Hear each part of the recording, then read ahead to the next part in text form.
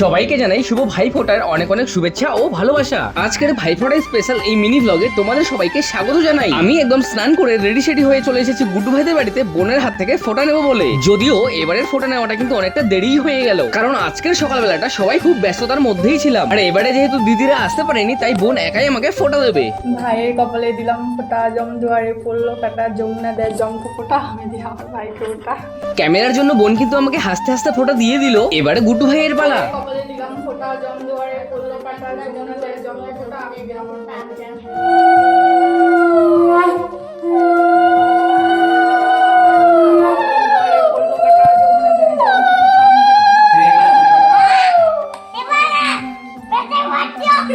সবাইকে ফোঁটা দেওয়া কমপ্লিট, এবার কিন্তু খাওয়ানো হচ্ছে মিষ্টি। এই ভাই ফোঁটায় ভাইয়ের কপালে বোনের ফোঁটা দেওয়ার মধ্য দিয়ে পৃথিবীর সমস্ত ভাই বোনের এই মিষ্টি মধুর সম্পর্ক যেন চিরকাল অটুট থাকে, সকল ভাই বোনের জন্য এই শুভ কামনাই করি। তো এবার তো শুধু বোনই আমাকে ফোঁটা দিল, দিদিদেরকে আজকে আমি খুব মিস করছি।